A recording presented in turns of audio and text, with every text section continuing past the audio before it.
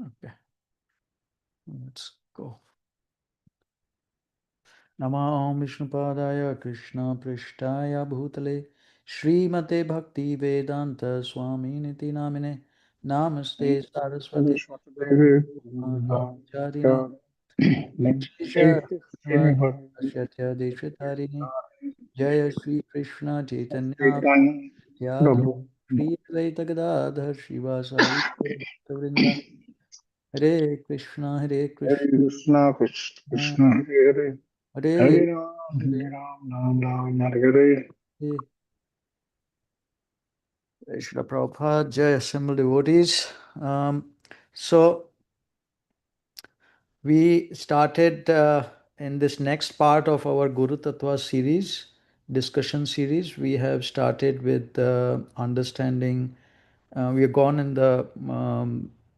the quest to really understand what is Bhagavata Vidhi and what is Pancharatrika Vidhi, and then the initiations in that, because we have been discovering that these are the real um, disconnances. These are different disagreements, uh, things which we don't fully understand. All the parties are not understand. They're not even talking about the same thing many times, same subjects.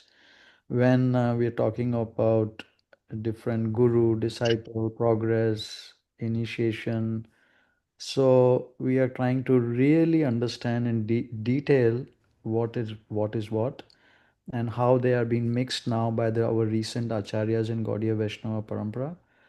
And to do that, the first thing we did was, let's go to the source. Lord Chaitanya's first time in our sampradaya, as in the recorded thing, he's now explaining to our sampradaya, beginning of the sampradaya, from to Srila Sanatana Goswami in 500 years back, and he is and that is encapsulated in Chaitanya Charitamrita Madhya Leela, last few chapters, where he is explaining so many things about spiritual topics to Sanatana Goswami.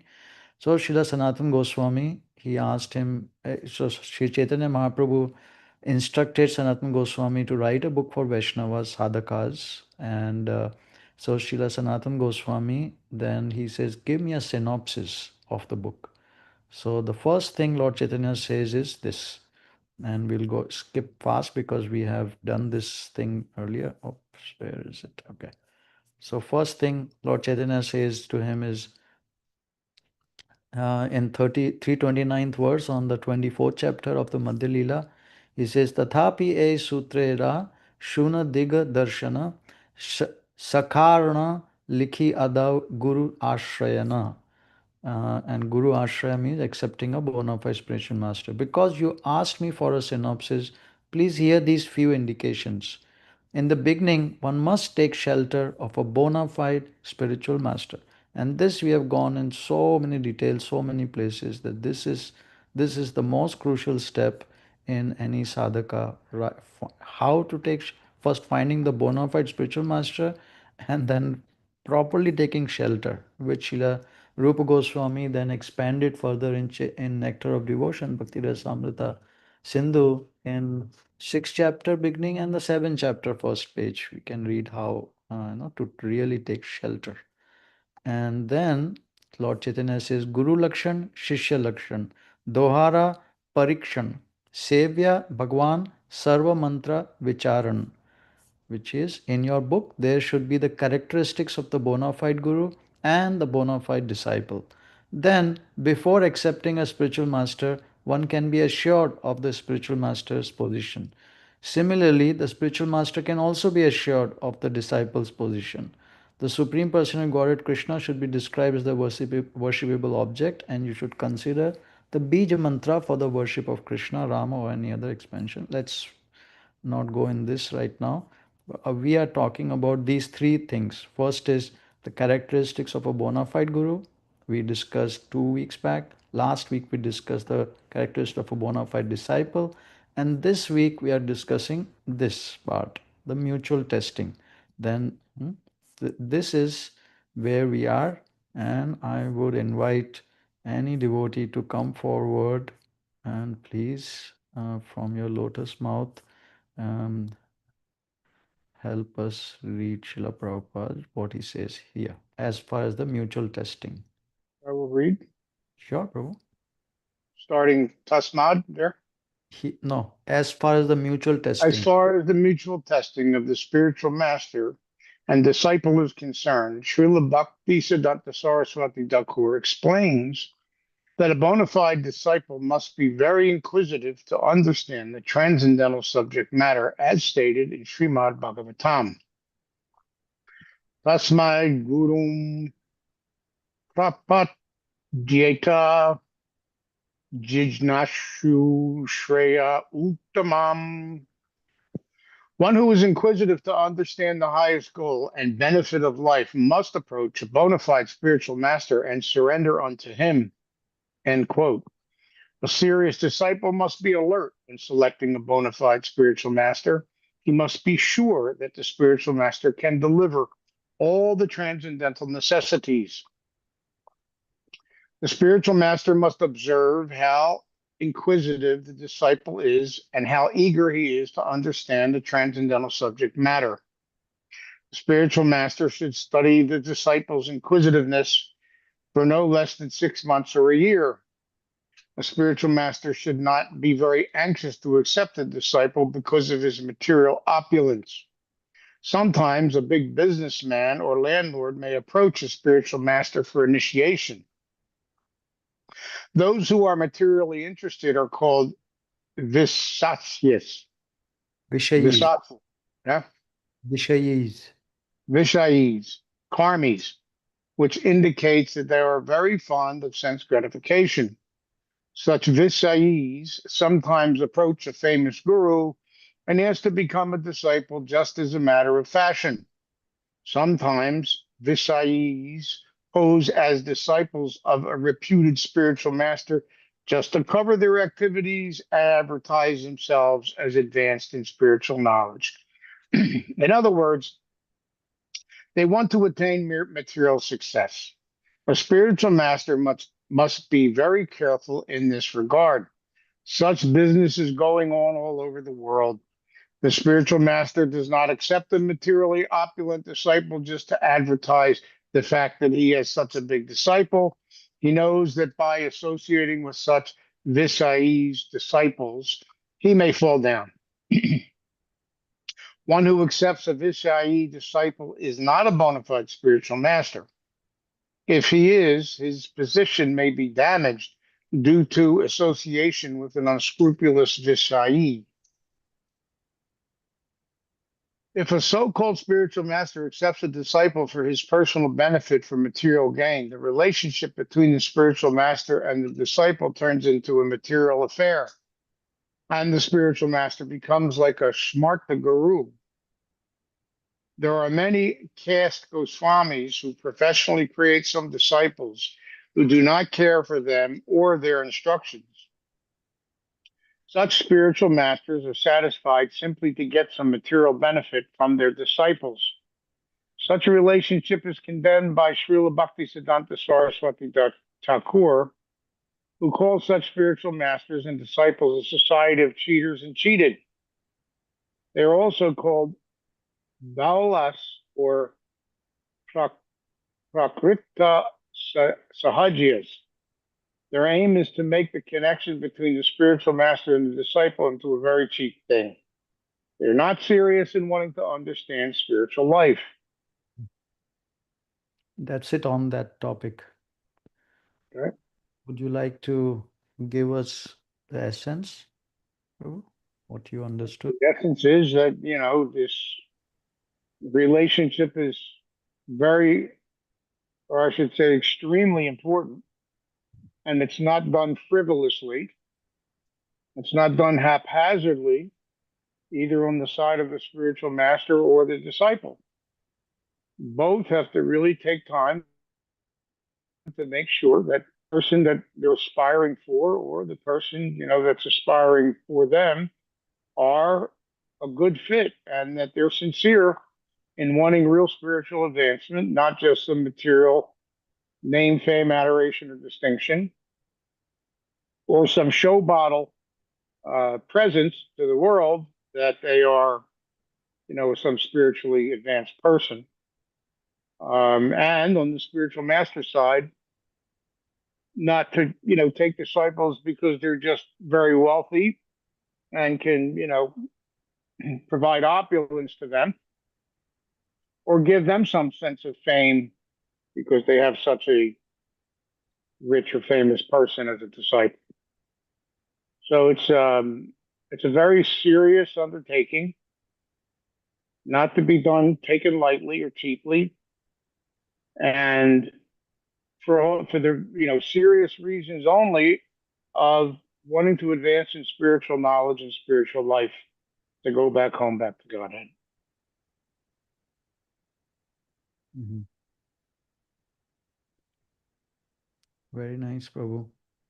Anyone else? Yeah, Yes, Prabhu. actually, many questions coming up from this purport.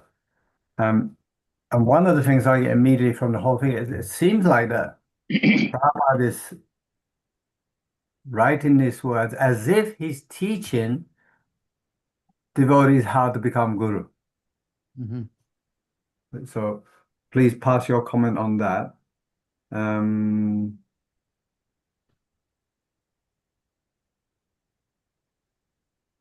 And the other statement is, Krishna says somewhere in the Bhagavad Gita that you should approach me even if you have material desires. If you have lusty desires, just approach me by approaching me.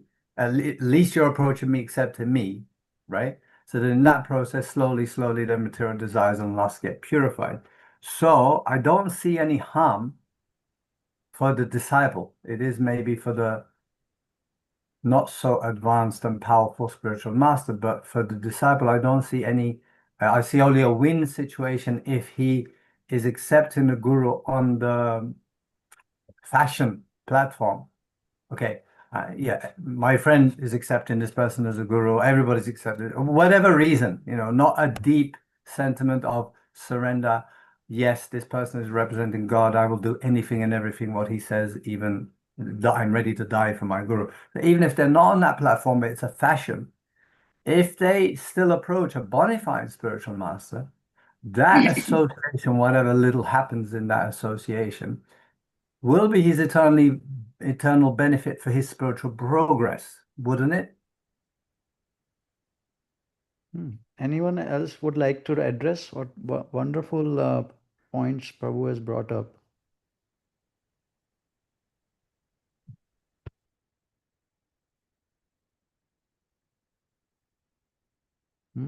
Anyone? I think you're more asking a question too, right? Isn't it? Yeah. Balaram Das? Yes. So there's two questions here.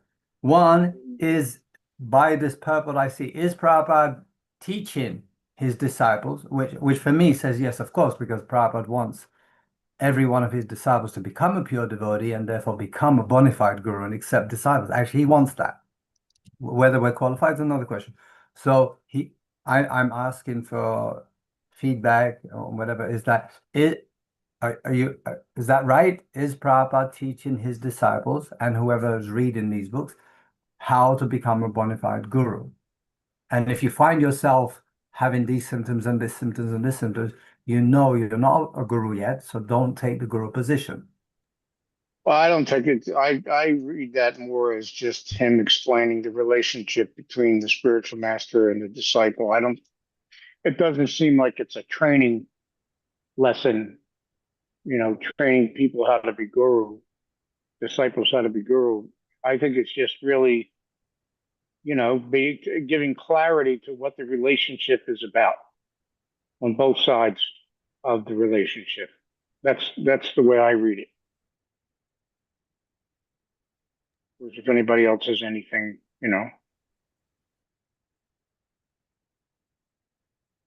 Shuddha Prabhu, you always have very nice analysis. Prabhu, I will not be able to speak now. Okay. Maybe after some time. Okay, sure. It's be working, yeah. Anyone else, Prabhu?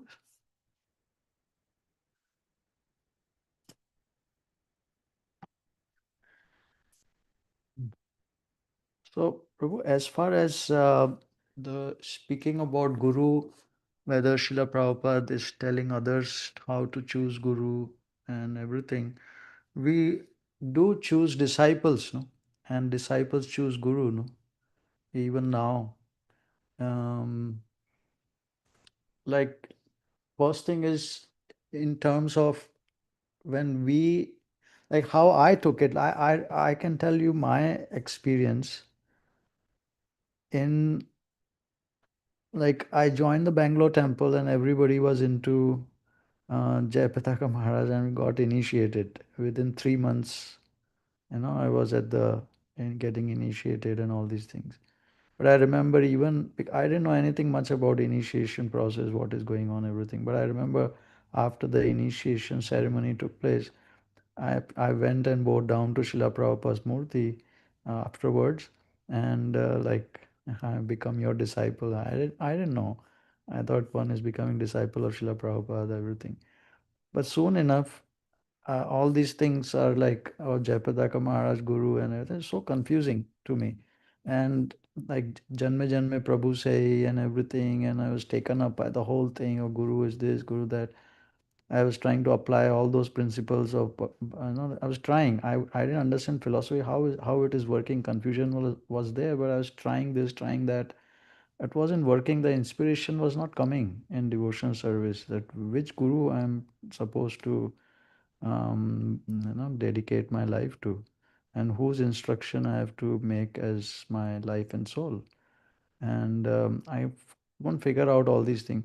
Then I remember, because Madhubani Prabhu, such wonderful thing he did was, because of his faith in Srila Prabhupada, I really am so grateful to him for doing that. Is in 7 days of lectures in Bhagavatam, 2 days out of 7 days was Srila Prabhupada giving lecture.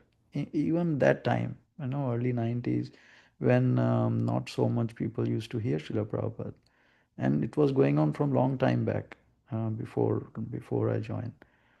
And because of his faith in Srila Prabhupada, so wonderful thing he did for all the devotees. Even though he was, misguiding about who is Guru and so many philosophy things and everything. But in spite of all of that, it was because of his faith was there.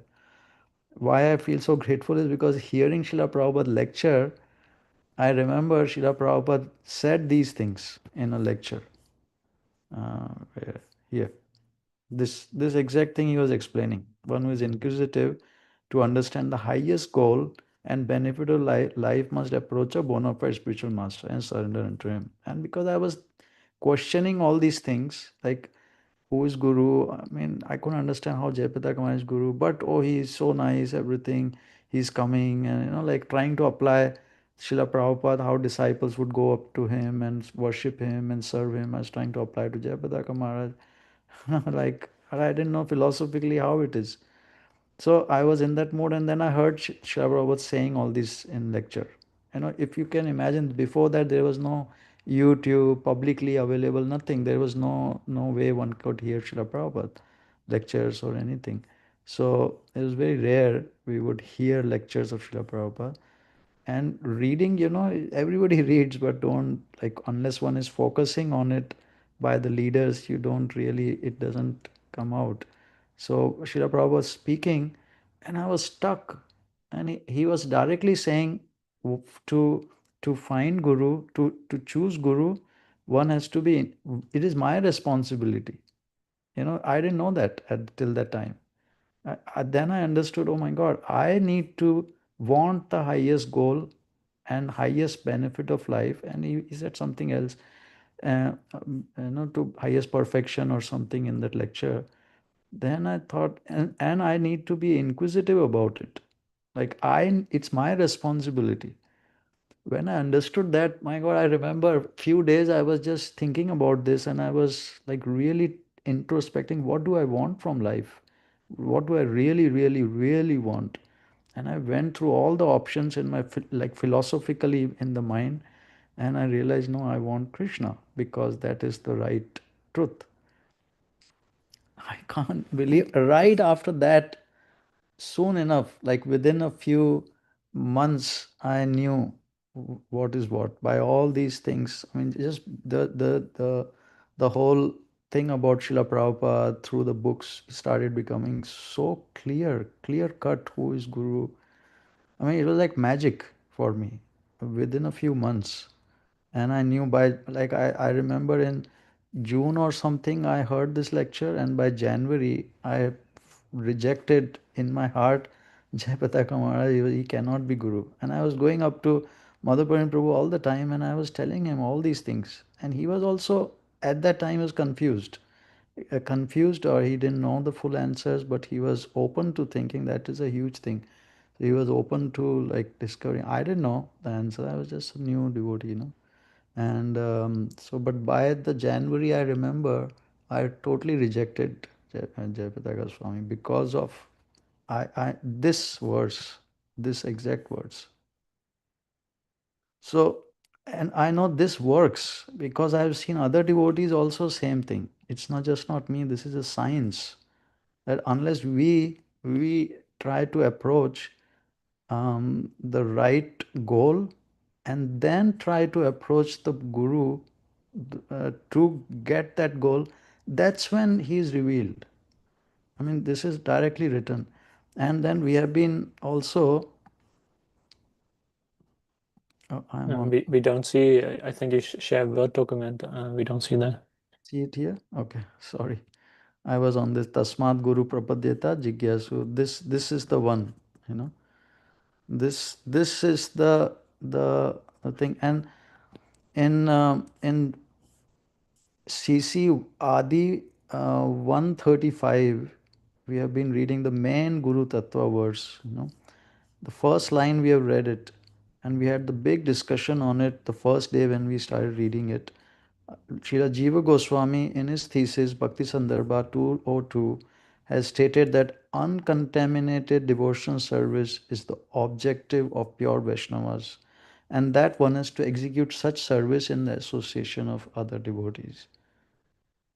By associating with devotees of Lord Krishna, one develops a sense of Krishna consciousness and thus becomes inclined toward the loving service of the Lord. This is the process of approaching the Supreme Lord by gradual appreciation in devotional service.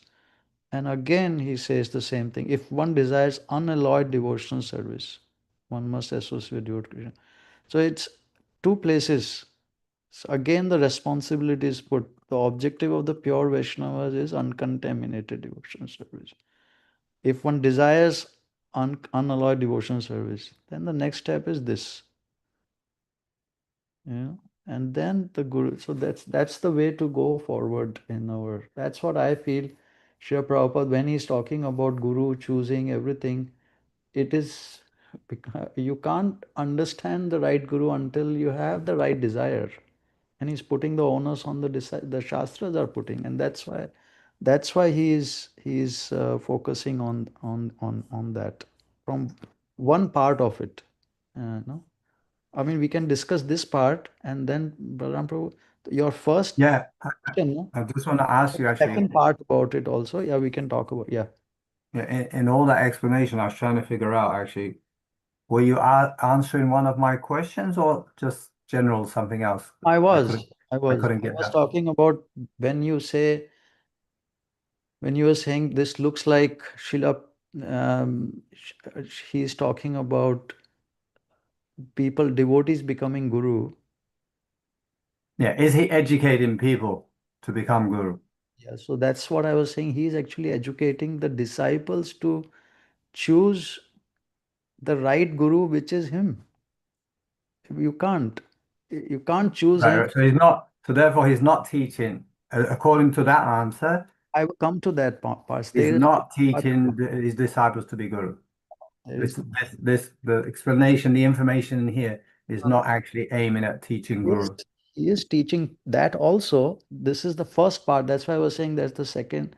There's two parts to it, which I wanted to cover for your first question. This is the first part of it. teaching disciples themselves who they want, who they should want. It seems to me that he's really describing the proper principles behind the process. That's what it seems to me. But that's just how I take it.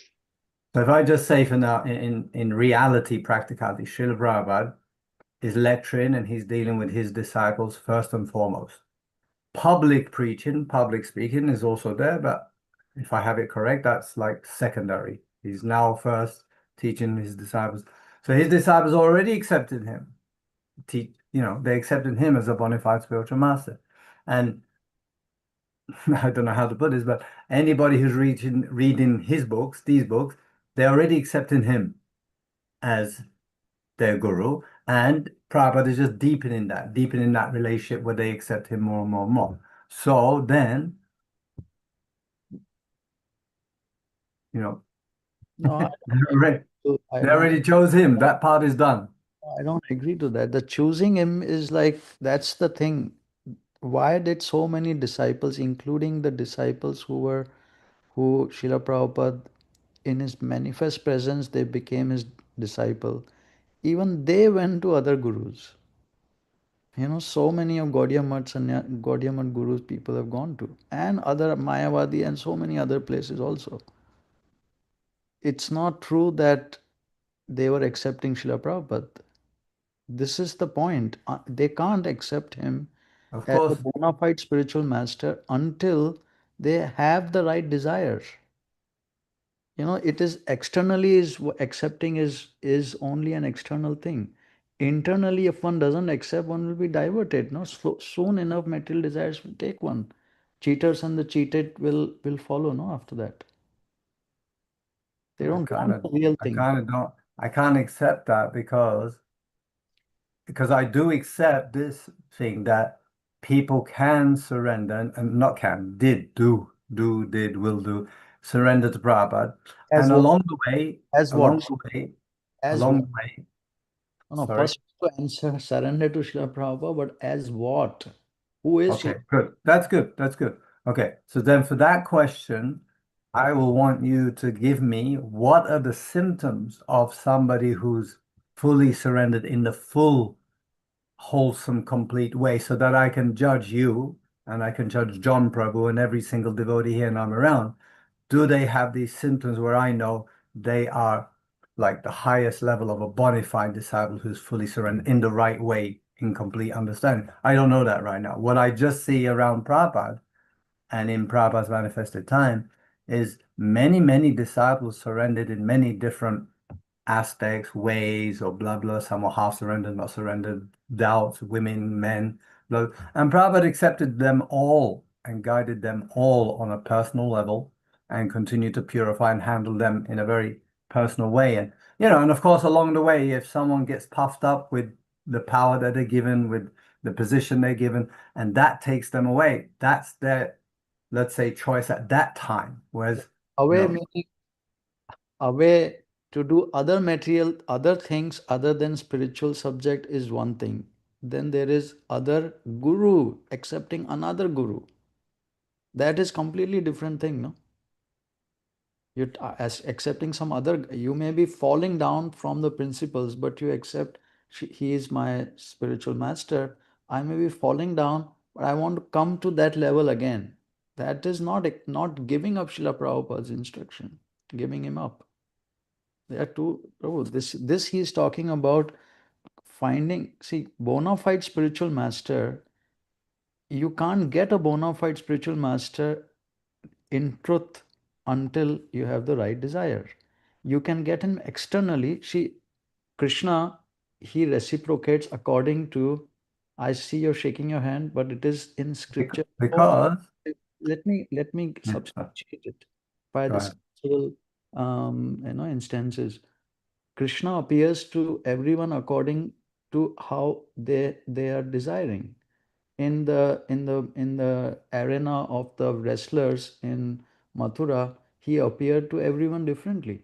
Sometimes even material prince, not a supreme personality of Godhead.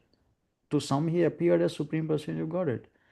Similarly, in the in Vrindavan, it is described the gopis were of course looking at him as their paramour and God internally, in that they were in this internal lila.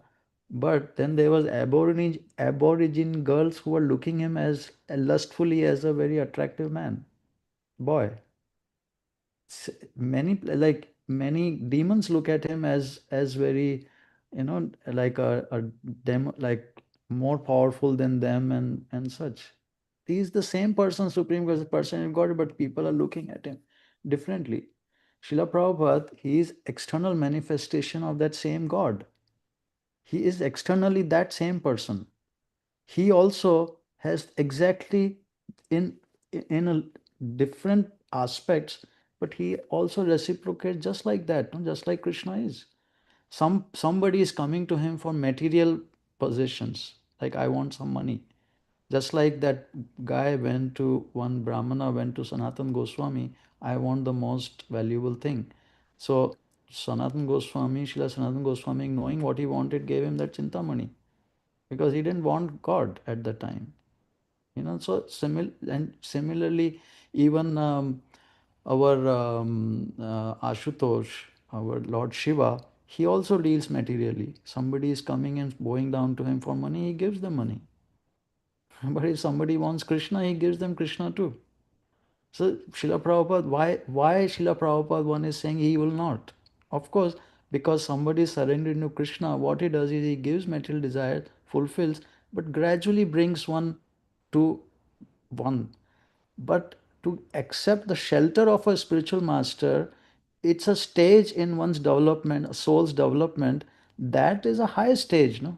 That means that soul has already evolved to that consciousness where he has said no more material things. I will turn my attention, that Shvetashvara Upanishad, where two birds are sitting on a tree, and one bird trying to enjoy the fruits, he cannot. Finally, when he finishes up everything, then he turns his attention to his friend. What should I do? Then the friend starts guiding. That is the point. If not just saying, "Oh, I am disturbed. Oh, I want something." No, that finally, I don't want any of these things. I want the highest perfection. It's written here right away, right like this, black and white.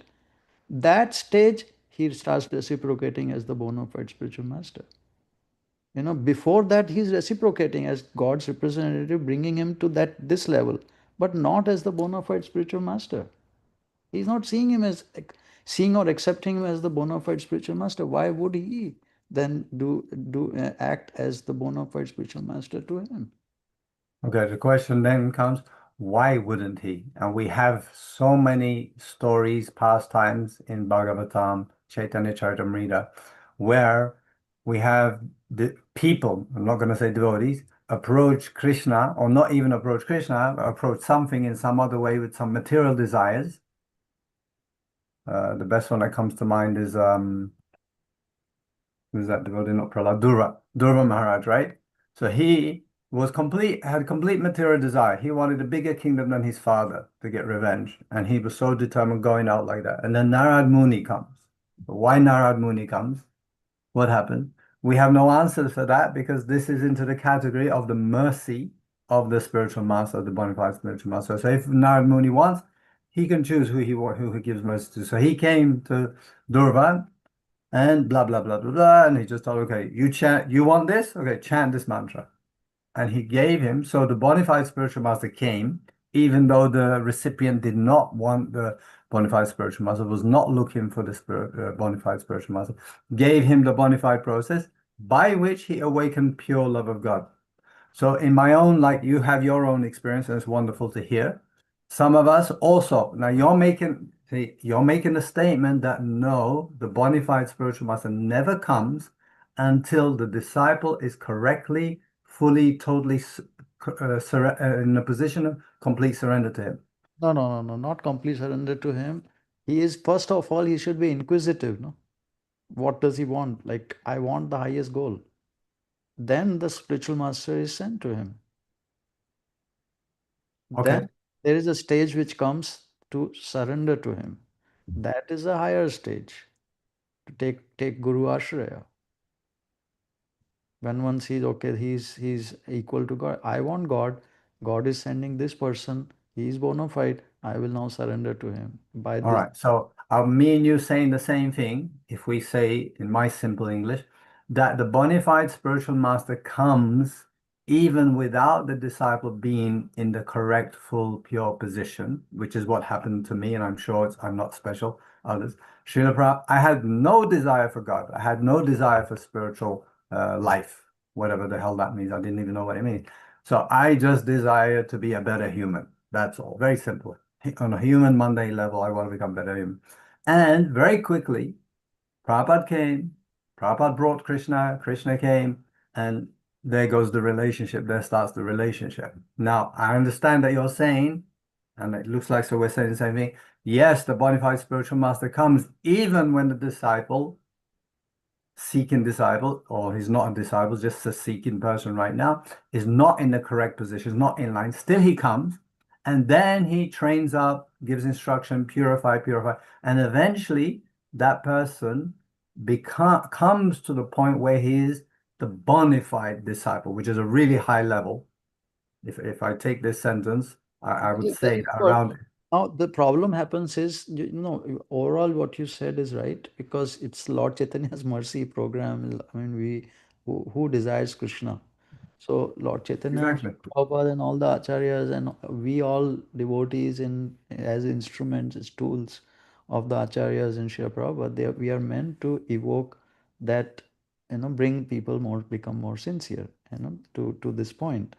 But the point is that till one sees Srila Prabhupada as the bona fide spiritual master, because one wants the highest goal of life, till that time one can become diverted because one's desire is wrong, is still not purified enough. So if somebody gives something else. Wait. Sorry. I just want to catch you because you say very nice things and then you explain a lot of stuff and we get lost. Okay. So we are saying that the bona fide spiritual master does give shelter to an unbona fide disciple, right? It starts that Meaning shelter as a disciple is different from he starts guiding somebody. Like, what's the difference? I don't see any shelter difference. meaning he completely takes responsibility. When one surrenders, he completely takes responsibility. This surrender, Guru Ashraya. So in from 1965 to 1977, can you tell us how that manifests? I mean, when somebody is, I don't know how it manifests, Prabhu, but what Srila Prabhupada was thinking and all that, I don't know. But what he says, Srila Prabhupada, if you surrender to me, if you come one step to me, I will come 100 steps. So I don't know how he did in the beginning, how he gave so much faith to so many devotees so instantly. It's magical to me. I don't know how he did it. Mercy program. I don't see in the scriptures like that, like a concentrated way, like this kind of a thing. We see Srila Chaitanya Mahaprabhu doing that, like that. But normally, what he has told us and written more and more is like this, that a disciple can have many desires, material desires, so many other things, some seeker. So by chance, even if one comes near a bona fide spiritual master, one may not recognize him as a bona fide spiritual master because of the material desires. One may think of him as a great sadhu and start following him, a great erudite scholar and start following him, or a very beautiful person and start following him, you know but there are so many material. If he doesn't take the opportunity at that time to purify, take the advantage, then he gets diverted, because so many other desires will pull that person, which has happened to so many disciples of Srila Prabhupada. We can see so much. Not the ones who have fallen down, who still think Srila Prabhupada is their spiritual master. Not those devotees. Those devotees who took another guide, because they think somebody else can give something better than Srila Prabhupada, something more important. They can't recognize Srila Prabhupada as the bona fide spiritual master because of the material desires, because they don't till now they have not achieved within their heart this idea, this thought, this conviction in their mind that they want this Okay, highest. then let's ask you this question.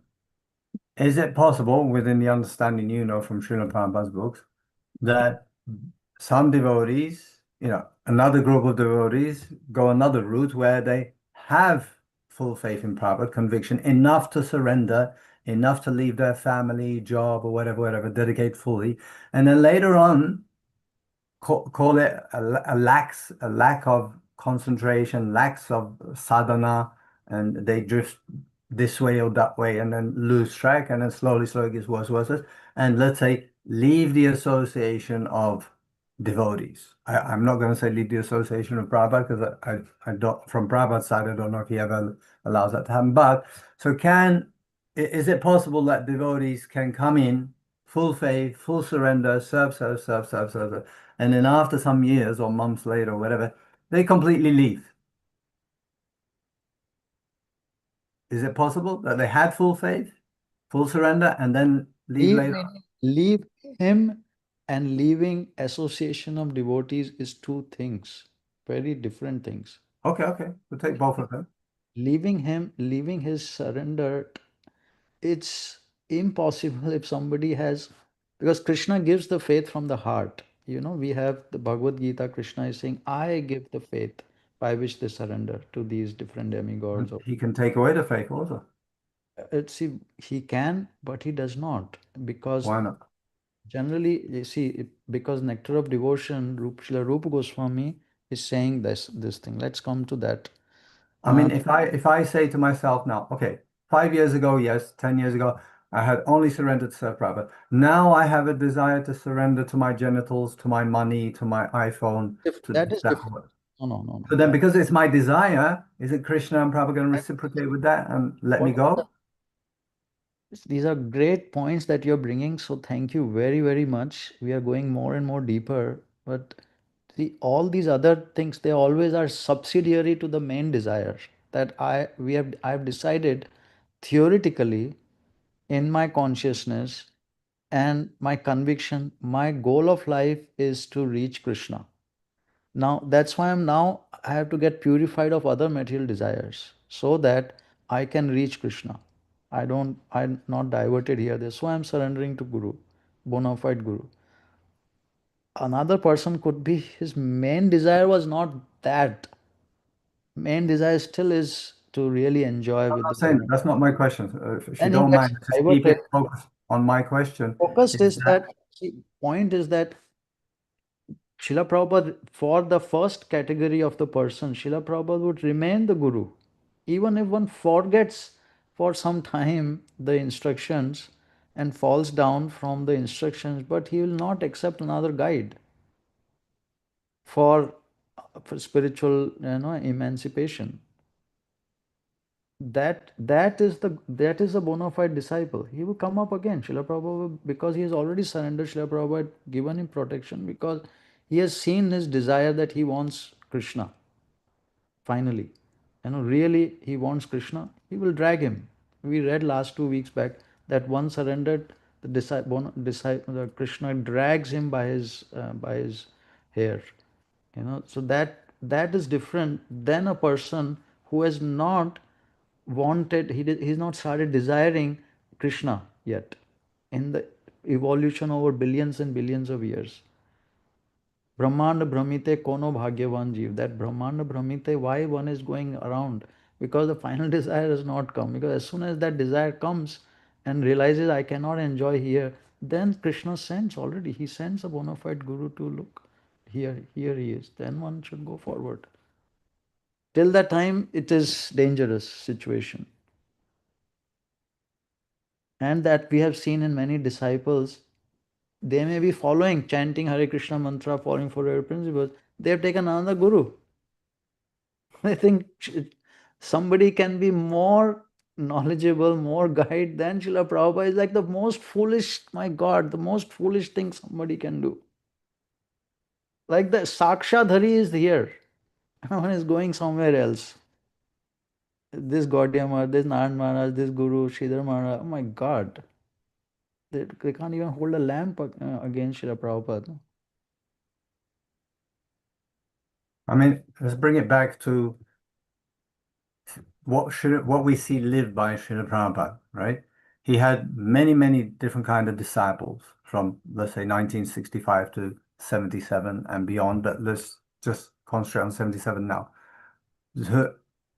They, as far as we can see, and we read and we hear the stories and we see Prabhupada reciprocate with words about them, they're completely surrendered to him. Full faith, full risk their lives, whatever. And Prabhupada praises them like anything. Then later on, now we see post 77, we see that some of them, many of them, or whatever, even if it's just one of them, has grown and then developed some side desires or another main desire, or have been influenced by whatever comes along later on, that they want to become gurus. Consciously, they want to be gurus, they want to have disciples. And that's facilitated. We see that. So are we saying now that they will not, although Prabhupada engaged them, glorified them, appreciate them, mentioned them in the books, some of that they were not real disciples? Or that they deviated later after getting some position and power, you know? It happens. So, Prabhu, what I cannot understand who has accepted Srila Prabhupada as with this consciousness. See, that only Krishna knows, and the bona fide spiritual master, his representative, sitting in everyone's heart, knows that. We cannot know. Literally, we cannot know. Now, the only thing we can know is I mean, there's so we can kind of know also because you see if you see the interaction between disciple and spiritual master, right? So we had this the famous conversation. So if you correct the spiritual master because you think you know better, instead of asking, okay, Srila Prabhupada, what do you mean by that? You know, that would be the inquisitive approach, right? But if you say like, no, Prabhupada, you misunderstood something here, let me tell you what they ask you, right? So then we see definitely just by the external way. That is, see, that there are two different stages in a soul's progress. First stage to come to the real spiritual life is this, this one who inquisitiveness to understand the highest goal and benefit of life. That is the first stage. Next stage is to approach a bona fide spiritual master. Then mutual testing, everything. But then, if you correct but how can you third is then surrender, taking shelter, guru ashreya. Okay, but how can we say that you surrender if you obviously saying that that person is not surrendering, but exactly he may have come to this stage, you see, and may have already approached a bona fide spiritual master. He knows he is my guru, he's not going to go anywhere else. But in the surrender process, there is a problem. See, even these gurus also may have already come to this stage, but they are not taking shelter nicely. Can somebody remind me that text we read recently, which was really surprising, where it said, I can't remember which text or purport, where it said, one may be in a bona fide organization. One may even have a bona fide spiritual master, but if he somehow doesn't understand whatever he needs to understand, then Krishna from within his heart guides him. Something like that. I paraphrased it. 10, 11, yeah. Is that Bhagavad Gita 10, 11? Purport. So here's Krishna then, even Krishna himself is saying that you can have a bona fide organization, have a bona fide system. For that to happen, this has to be there first. This is the first stage of a soul. Without that, there is no real spiritual life. It is like a material, like a mixed devotional service, not a pure devotional service. Pure devotional service starts here, just like here he's writing. Yeah, okay. Now, actually, that's the sentence now I want to hear. So when you're saying pure devotional service starts at this level, then okay, that makes everything okay. No, But devotional service starts at actual surrender to the bona fide master. It's not like very far away thing. It's a green as a real as a green Prabhuji, it's very far away. The way you're talking about, and No, we've been discussing and reading, bona fide disciple. Every time we read, I'm saying, no way, that's not me. I'm not there. So the surrender, see how we become uncontaminated devotion service. Beginning of an uncontaminated devotion service is by surrendering to a bona fide spiritual master. That's how our Prabhuji, if you're this is a contradictory. If you're saying the way you come to uncontaminated is by surrender. Well, you're already there. no, 1 second. See, there It are doesn't matter. things. See, let us break it down again. Inquisitiveness, our own internal inquisitiveness and understanding, I want this. That is the first thing. Then Krishna will definitely 120%, 100 to 1000%, he will send a bona fide spiritual master. Okay, stop right there. Okay, so inquisitive, I want what? You said I want this. I want what? Because in my own experience, I didn't want God. I didn't want Krishna. I have my direct experience. Yet Prabhupada came and Krishna came. Let's go So to I look at it and I say, application later. Let's go to application later. Let's go through the eyes of the scriptures first. Because when we go to application into one devotee, one that, then everything will go off. First we have to see. everything don't go off. That application you're talking about, go off. Later. Let's the first. It's the reality of how Prabhupada is dealing with people. Prabhu, reality is the scriptures first of all. Those are real. Other things are subjective because our understanding sometimes is not correct. Our own understanding is not correct. My Prabhu, what is there to understand? This I'm telling you honestly, I had no desire for God. Okay, so what do you think that you somehow skipped this? Prabhuji, there are many things that you read and you give your own emphasis on it, your own angle, which is fine. Everybody's having their experiences. That's why I'm saying you mean you can skip it. That's why no one said you can skip it, and we're not skipping it. Why are you saying that? Eyes of the scriptures then, no? That means this is the correct truth. This is absolute truth then. Tasmād guruṁ prapadyeta jijñāsuḥ śreya uttamam. This Śrīla Prabhupada quoted. None of us, no one here has said or ever says that what we read is wrong. That's the first point. But what we have saying, or what we are saying, if we are saying this actually, is we have this experience where Prabhupada came, gave me shelter. I'm sorry. Go to that. This is a science, meaning there is no truth other than like this step, this first inquisitiveness. Then you have to understand what is happening here. We will apply it on you later. First we have to accept. Can I offer something here? Is it not just Bhagavad Gita? For people. But there's also the aspect of the spiritual advancement you made in previous lives that you're not aware of. Yeah.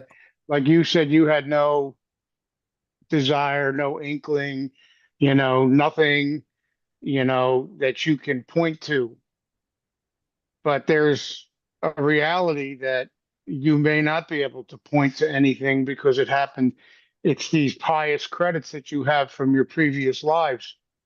So, it's very clear. You stop at 50%, you pick up at 50%, no matter what, you're going to meet the devotees and you're going to pick up the path again.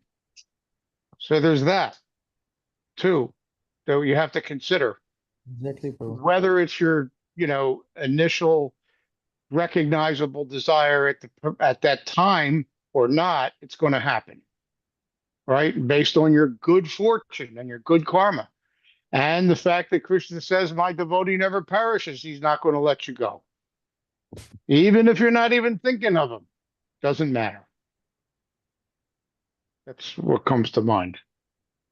Prabhu, I have to say this, why devotees, so many different devotees, like good devotees, they say your approach to spiritual life is sentimentalism, is because of this. I'm sorry, I have to say this. Because eyes of the scriptures, first one has to take, Prabhu. There is no, whatever our experiences are, they are part of the four defects. We have to we have to make them subsidiary always. We first of all we have to see from the scriptures. And yes, you are correct that some emphasis and less emphasis there in the scriptures. But on this topic, Srila Prabhupada has emphasized it maybe 100, maybe 200 times, this exact point. And we are quoting here to this is the most important Guru Tattva verse given by our acharyas. In this verse, right in the first sentence, Srila Jiva Goswami, which Srila Bhaktisiddhānta Sarasvatī Ṭhākura and then Srila Prabhupada is quoting, uncontaminated devotion service is the objective of pure Vaishnavas. It is very clear.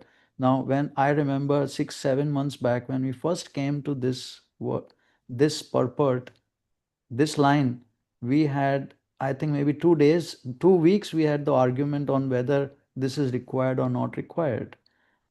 It is clear from so many different places which Srila Prabhupada emphasized that our desire is the primary topic. That time also you had the same argument, and here again it is being told, again you are arguing against it. Not I'm not against, arguing against it. not against it. Again, you're always misrepresenting. Not No. arguing against. Look, you are giving the emphasis, you are making Yeah. statements such as the bona fide spiritual master only gives shelter, proper shelter, when the disciple is in a bona fide, totally bona fide position. We've read and studied about what is the bona, and it's a really high level, it seems like, right? No, I'm not telling like that at all. Yes, you are. And I'm saying to you, because I'm maybe not. we're just arguing about words, and I'm stating That is why I wanted to go no, step by step. Śrīla Prabhupada, the bona fide spiritual master, comes even when disciples are not qualified, don't really want it. He's giving the shelter. That is a Guru Tattva about Guru. That's what I'm stating. I'm fighting for that there's clear experience and evidence that Prabhupada, Guru Tattva, Guru, comes and does stuff that doesn't match your limitation of this, that he only does this. Okay. But last time we read of this example where Prabhupada also said that he was not fully giving shelter to this one devotee, right, who went away for some time and then wanted to but come you back. made the nice point, Christopher Prabhu. You brought up, you said, well, wait a minute, he's talking to a disciple that he had already initiated. So he already gave initiated. And right. I mean, that should be understood. Sure. So I would also say that different stages, right? So, and also here the what is that, precursor, is that the right word? So for this whole discussion, is that not also just what is in Bhagavad Gita with the 4 different kind of men who come first of all, to Krishna, serving Krishna in one or the other capacity, but then next step, and that's where basically you said, like, you didn't have any desire for God and you just wanted to be a better human being, and so that's basically what is then in Bhagavad Gita, right? So you're one of these 4 classes or type of men who come somehow to God. But then next thing is how to really take shelter of the spiritual master, and then probably there maybe we find out about this, more the different stages even of that, because just Nima Prabhu said, right? So some people may be inquisitive about the supreme goal, right? So that the supreme goal is so if in Bhagavad Gita the 4 type of men, they're not really searching, or only one of them, right? Only one of them is really searching for the absolute. The others are not really. So only one of them really searches for the supreme goal. The other 3 don't, right? And here, so if you are then in this category or come to this category, it's then this is one pre-step, like Anim Prabhu said. but then also to surrender to the spiritual master is like that. This is then the ultimate, basically. And only if you are really surrendered, then also the spiritual master really takes care of you in all aspects. Before, okay, maybe there's a relationship, right? But maybe it's not so deep. And maybe we find more about my goodness. Maybe find out more about this.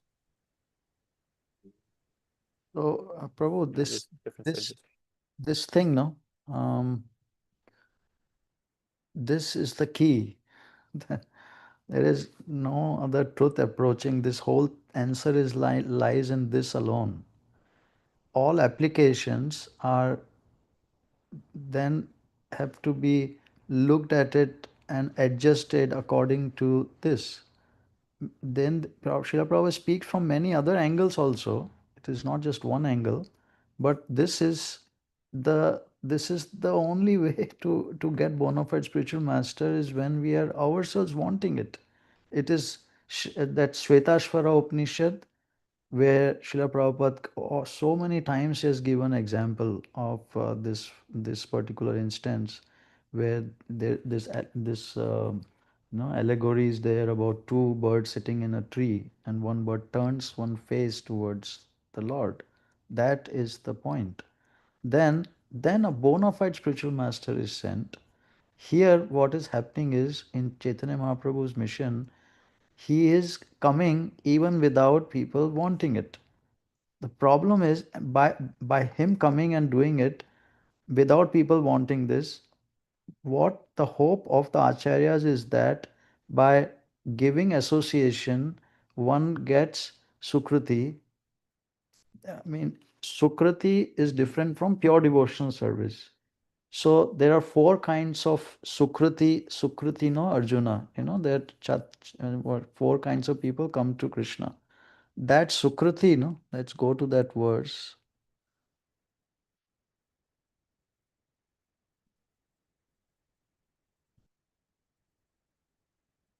Chaturvida bhajante mam jana sukritino Arjuna. That sukriti, that sukriti is what pure devotee is giving, not as the guru, but as a pure devotee.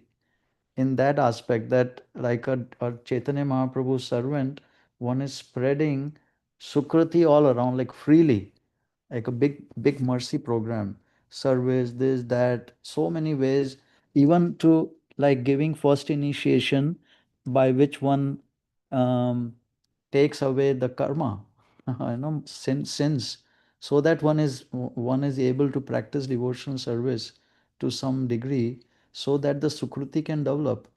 The neophyte disciple, Nectar of Devotion describes these four people are not even neophyte disciples. Neophytes. Neophytes are considered according to Nectar of Devotions when one comes to this Jnani platform, like Jnani, where one surrenders to the Lord, which is again connected here. This by bona fide spiritual master in a form of a pure devotee, he is giving lot of sukriti to even people who are not this inquisitive to understand the highest goal, by which they can come to this platform. Then they accept, oh, he is my bona, I want this, and it goes on. And the surrender, what happens is at that stage, when one wants Krishna and he sees, okay, this person actually, he is Krishna in this form, then one surrenders, then one takes shelter. Other shelter could be many other like categories of shelter. Like one is thinking, he will give me happiness, he'll remove all the problems from my life. That if one is accepting Srila Prabhupada, it's not accepting as a bona fide spiritual master, no? It's not that. I mean, one can make a sentimental projection on Srila Prabhupada that he is so merciful, yes, he is like that. He's blindly giving mercy. Just like samsara davat, davanila loka, tranaya, karunya, gana ganatvam. He is a cloud giving mercy to everybody. But we have to take it. It's a free will given to us. Like, unless we each one of us comes to this platform that I want Krishna, there is only one stage. How much more the devotee can do? Any devotee cannot do more than that, no?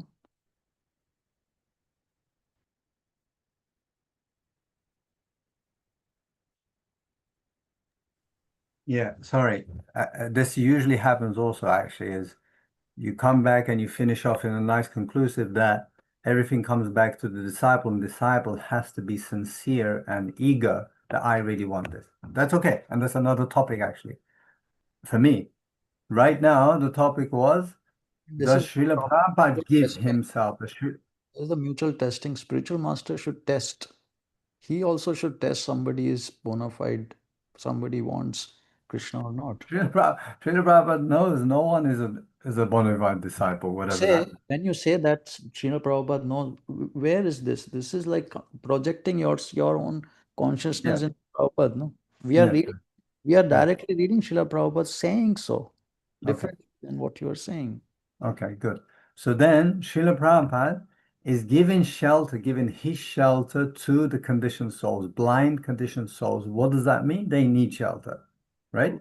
Wait one second. You have to bring something from Śrīla Prabhupada's books to say these words. These sentences are not our sentences. No, we can't. Is Śrīla Prabhupada giving shelter to you and everyone? Yes or no? I mean, I don't understand what you're asking for. He is giving shelter. Then what? How we have understood that from Nectar of Devotion, how he is giving shelter. He is giving shelter, meaning we have to take shelter. No, there is no responsibility for us. Our shelter. Of course there is, but we're not discussing that right now. Right now, the topic is somebody how and when and does Śrīla Prabhupada give his shelter? Prabhupada's side, not your side. Your side is there also. Of course, we're discussing that. He is drowning in an ocean. Somebody is, we are drowning in an ocean. The helicopter comes, throws a rope. He is giving shelter. We don't take up the rope. We are still hanging. Oh, I don't want the rope. How you are wanting me to take shelter, I will do something else and still think I will get shelter of Śrīla Prabhupada. He is saying how you take shelter is by accepting him as good as God, treating him as good as God, wanting to please him, only him. So Mam Ekam Sharanam Vraja. And we say, that doesn't matter. Whether we accept him as good as God or not, I will keep doubting him, still want his shelter. No, don't put words in my mouth. Don't put words in my mouth or any other devotees. Nothing like that was said. So don't say that, please. Say what we said. If you're going to say what we say what we said. I don't misrepresent you. Last week, 2 weeks back, he was saying that some may have one or two doubts. Still, he is giving shelter. Of course, yes. We see everywhere. Giving the rope, he's giving the rope. Prabhuji, Sudam Swami, right? Last 2 weeks or 3 weeks ago, we talked about Sudam Swami came up in our topics, always right? Go to person. You don't go to scriptures. That's the problem. No, exactly. Okay, you bring the scriptures, please. You support me, bring either against me or for me. Fine, I'm happy with that. Okay, Śrīla Prabhupada had his disciple. Śrīla Prabhupada has his disciple, Sudama Swami, who very nicely, very lovingly served Prabhupada, voluntarily offered to go to a very dangerous place, Japan, and preach on his behalf, even though others didn't want to go. He went, he fell, got involved in so much nonsense, left, did so much more nonsense, blah, blah, blah. And Prabhupada came and see him and met him with other devotees and said one question to him. This is fact. This is the question we have to. Do you still have faith in me? Do you accept me? Or are you looking for another spiritual master? I didn't hear that. So that wasn't said. But what Prabhupada did say to him, what was said to us, is, do you still love Krishna? Even though Sudama had become a transvestite or dressed in woman's clothes, so far off, let's say, Prabhupada had one question for him. Do you still love Krishna? Sudama said yes. And Prabhupada said, okay, you'll be okay. And he went on and started chastising the other devotees for not helping Sudama. So, you're saying, you're giving some scriptural references for this or that. That's fine. Not fine. That's great. That's what should happen. But we also have experiences, and correct us if we're wrong. That's what we're here to learn. That people went off, people want to be gurus, even right now. And that's what we're trying to understand. The character, the nature of Srila Prabhupada and Krishna is, does he continue to give shelter or does he cut them off? Sudama Vipra was a surrendered soul, taken shelter of Srila Prabhupada. Materially, however fallen down he became, he was surrendered soul. And how it was apparent, 78, January or February.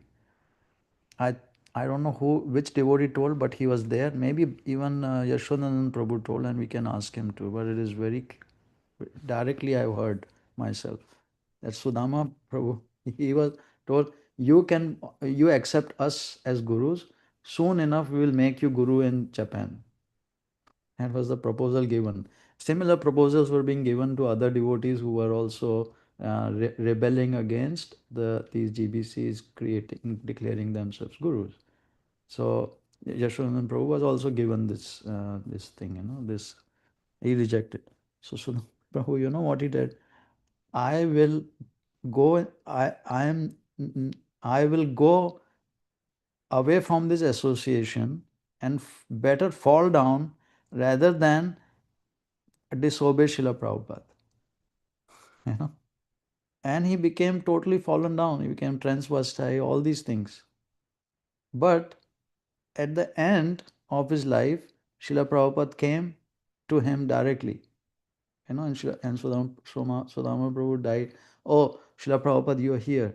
Because he had faith in Srila Prabhupada and he went to Japan like a young boy to open the center. And Srila Prabhupada told him, anyone who goes to Japan and opens center, Śrīla Bhaktisiddhānta Ṭhākura himself will come and take. This shelter part, what you are saying, materially fallen down, still one can have full shelter of Srila Prabhupada. Because that is only a temporary blink of eye. Again, he will come back. It doesn't matter. These material fall downs don't matter. What matters is accepting the shelter of the bona fide spiritual master or not. So that's an internal heart consciousness thing which only can come once one wants Krishna. If one does, as the main goal of life, the highest goal, main goal, not many different desires could be there, but the highest goal should be there. I want Krishna. I have decided in my heart. Then eyes can become, then the eyes get clear that who is bona fide spiritual master. Then the next stage comes is the two stage. The third stage which comes is how to take shelter. Now I want to take shelter of him. But there is a way to take shelter. You accept him as good as God or not. Then you take shelter, otherwise you are not taking full shelter. One may not be four regular principles, one may not be following at all at this stage because there are material desires, but highest goal has been decided in one's heart. So that this surrender doesn't mean I have stopped smoking, all these meat eating, sex, nothing. What it means is accepting him as good as God and wanting to please him, wanting to obey his instruction. Wanting, that is where pure devotional service starts. It's not later. At this stage, one surrendering to a pure devotee as good as God, pure devotional service starts.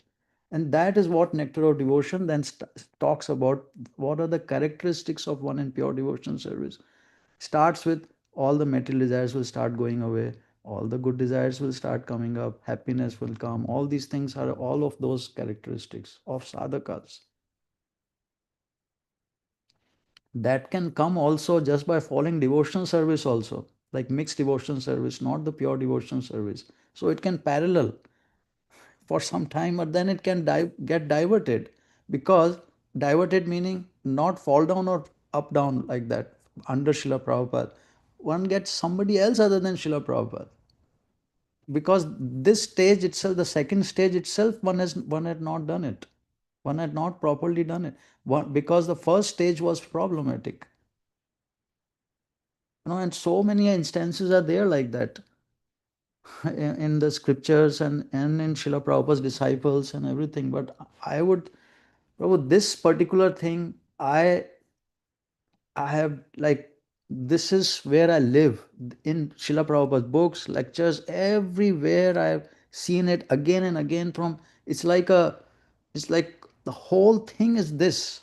This thing is what they are telling again and again. You have to come up. We can give you any number of shelter, but you also have to do it, no? It's our responsibility. And this, Prabhu, this verse, this where it goes, CC Adi 135, it's so clear. Anyway, somebody else has anything to share?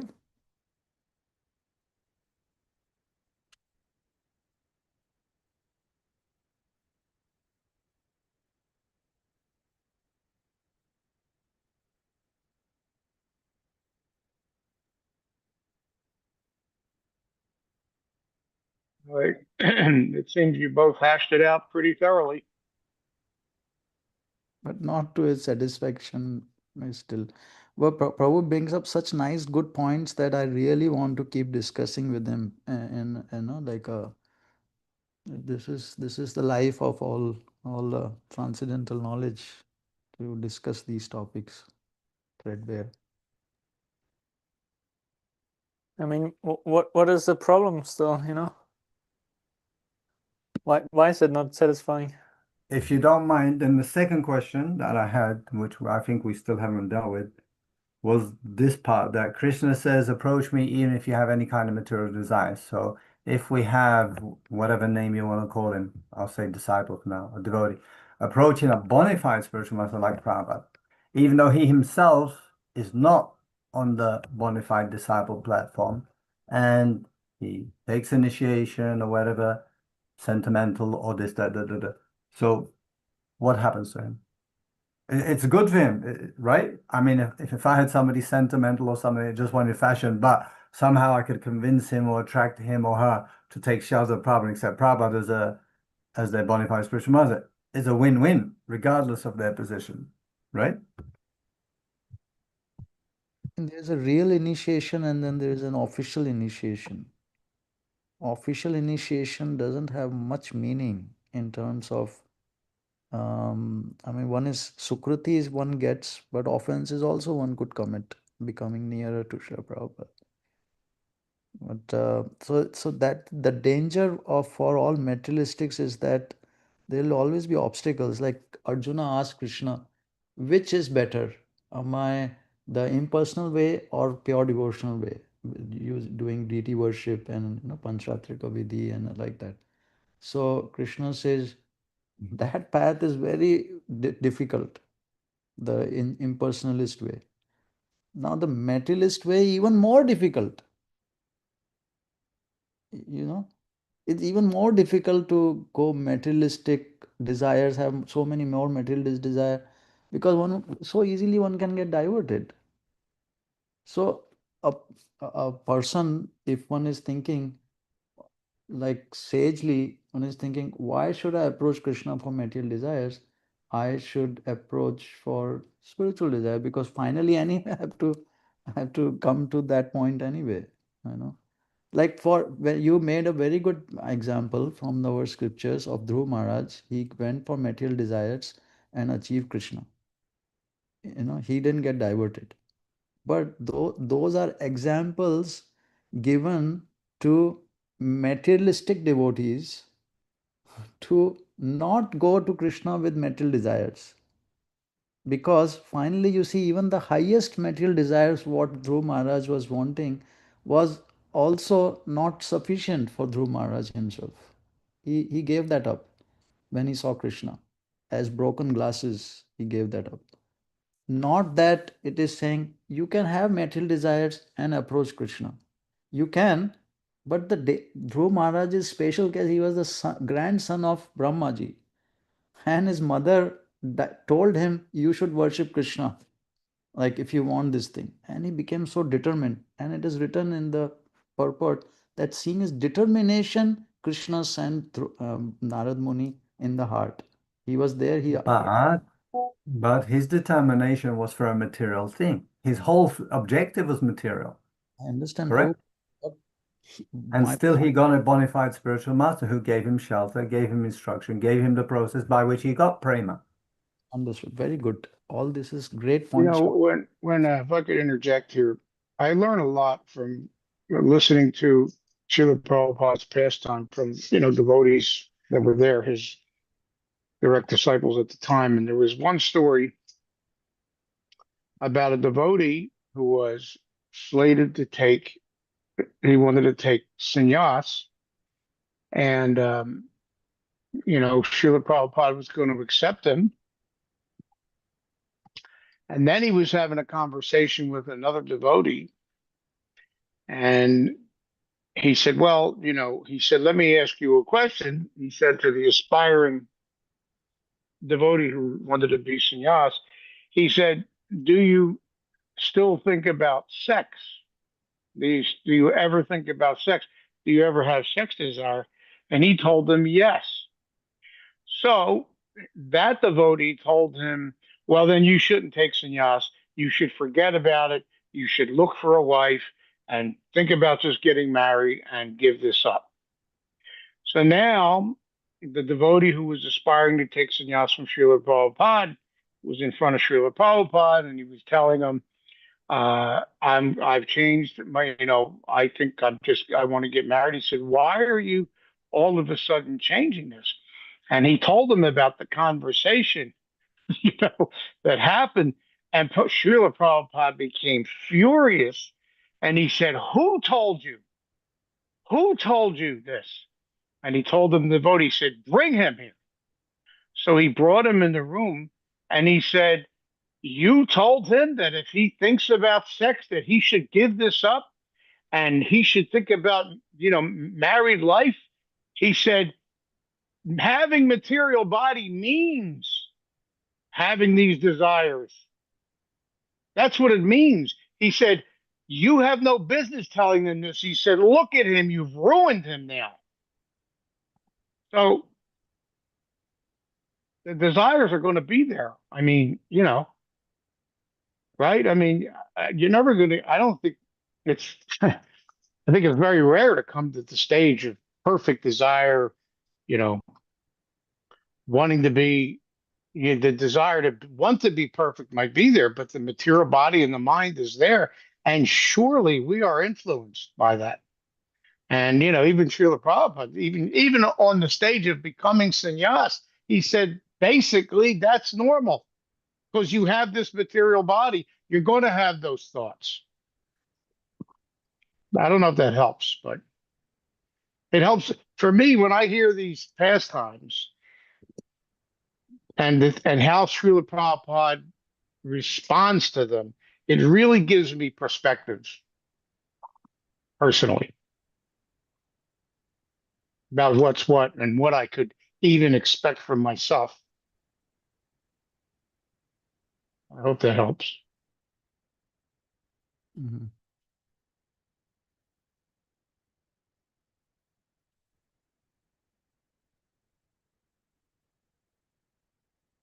There is a nice, I'm not able to get that reference. If somebody has, Sri Krishnadas Kaviraj Goswami is discussing this Chaturvida Bhajante Mam. And then he describes that the first two kinds, Artho and Artharthi, they are materialists. Even though they are coming to Krishna, they are materialists. And the other two, inquisitive and jijñāsuḥ, they are transcendentalists. He says like that. And so of course the verse is akama sarva kama va moksha kama udaradi tivrena bhakti yogena purusham param vijet. So, but the in all of this, the main point is this one, this thing, the highest goal. If one has decided, no, I want Krishna as the highest goal, even though if I have other material desires, then the danger becomes very less, because very less or very, I mean, then it is Srila Prabhupada's responsibility. He is taking that responsibility. If you're surrendering to me, I will purify you of all of these external desires, all the extra desires, and bring you to this point of pure devotion. Yeah, and I think there's a lot to be said for it's you're only talking about inquisitive to understand the highest goal. Saying wanting it at this point. Yeah. It's not saying, that you have an unflinching desire to achieve that. It just says inquisitive to understand. That's like the very beginning, isn't it? Of spiritual life. Spiritual master must observe how inquisitive the disciple is and how eager he is to understand the transcendental subject matter. Actually, it'd be really nice to read this again because, as I said, there are many points that came over reading, but we're just focusing on one part. But this one now you just brought up. Can you just highlight that again in my program? You want to read the whole thing again? No. Just it's a bit, maybe we're too late for that now, but the spiritual master must observe how inquisitive the disciple is and how eager he is to understand the transcendental subject matter, right? So the spiritual master should study the disciple's inquisitiveness for no less than 6 months or a year. And he goes on, right? So can I ask you to share with us, how did this practically happen in Srila Prabhupada's life with his disciples?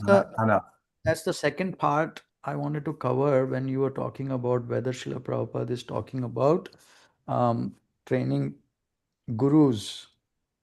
And then I was saying, no, it is for Srila Prabhupada, but also to train gurus, meaning Ritviks or temple presidents and all the other devotees who are training disciples, they need to do this. So it is their training too. Like from beginning, we need to tell devotees, new devotees, that it is up to you, your responsibility to achieve, not somebody else will take it. Starting from that, showing by example, and that association, that sincerity would come to. If you don't mind, Prabhuji, can I just stop you there because we have limited time? I know you'll end soon. Can we just focus on it says the spiritual master must observe how inquisitive the disciple is and how eager he is to understand. So how did practically Prabhupada observe the inquisitiveness of his disciples around the world from 1965 to 77 to fulfill this aspect of the guru-disciple relationship? Because, it seemed like to me, he couldn't observe, right? He's traveling around the world. Of course, he observed in something that maybe we can realize more about is temple presidents, not on a physical level, but just Prabhupada knew every one of his disciples, like Paramatma, right? So practically, how did Prabhupada actually get this done? What Srila Prabhupada was doing, which he has written many times, you see here. Disciples' qualifications must be observed by the spiritual master before he is accepted as a disciple. In our Krishna consciousness movement, the requirement is that one must be prepared to give up these 4 pillars. Now, what he's doing is, you see, this is a mercy program. Instead of setting that as the bar, see, what he's doing is he's setting this as the bar of one is prepared. Yeah, prepared, must be prepared. Thinking that making like a organizational level decision, like a thing, like a rule, because you can't go individually so much, so you make an organization rule which may not apply to everybody or may go a lower or up to other people, but an organization rule that because everybody is so engrossed in illicit sex life, meat eating, intoxication, gambling, if somebody wants to take up spiritual life, not even highest point or whatever, if one wants to take up spiritual life and be prepared to give up, that itself is enough qualification to give him first initiation. See, that's how he applied it. While doing that, So we're saying there's a difference, right? There's a difference in what I'm telling you what Are we saying? but see, whenever spiritual masters do that in an application, when they apply it, and which so many places, so many disciples applied, the principle doesn't become obsolete or become like this principle, no? This principle does not like suddenly disappear, just evaporate. This principle is there. Now, the beauty and intelligence of Srila Prabhupada as the representative of Krishna is that he is trying to bring people, like he is like how he has expertly done it, so that people can come to, because no one is inquisitive here, you see.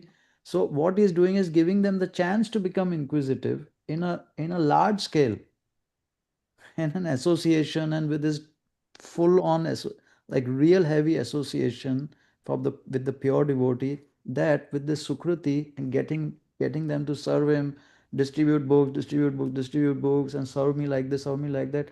So fast Sukruti develops. Because of that Sukruti, inquisitiveness should start developing. This is the natural progression. So he's trying to fasten this process up, not to evaporate this process out. See? So instead of saying, unless I will check what is the inquisitiveness, he is setting the bar very low, bringing them. Well, so he did. So in actuality, in fact, he did remove it, actually, because it wasn't it wasn't the fifth regulative principle that, okay, we have to see that every day you ask 20 questions or be inquisitive to that level, right? He put another, as you say, a sub-level down for especially Western devotees, I guess. That, okay, you just come to this level, we'll give you shelter, we'll give you initiation, we'll give you a name. I accept you as my spiritual master, as my disciple. I take full responsibility for you. I know that's what Prabhupada was saying and doing for first initiation. So that, but you're saying now, nicely, we're learning that that was done on, let's say, a sub-lower level in order to give them the chance and opportunity, especially Western people, to be able to develop in the association of devotees inquisitiveness by reading and hearing like 2 hours, 3 hours, 4 hours a day. Serving him. Yeah. Serving Because we never, I heard that Prabhupada loved when devotees had questions at the end of the class.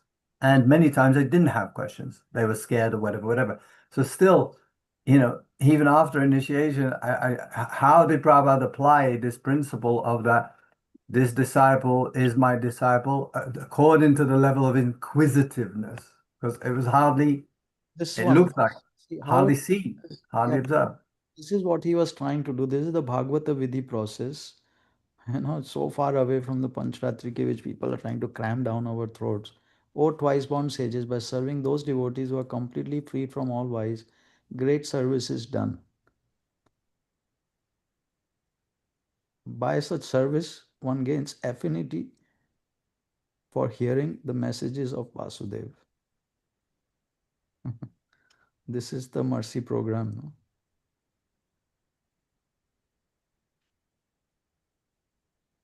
So this inquisitiveness, we should understand that nicely, actually, also. It's not, oh, you have to have 10 questions, 100 questions each time. It's just the desire, actually, which is what was said before, increased desire to hear about the Lord. Because it's kind of, you want to hear, you want to read, so it's answering your inquisitive.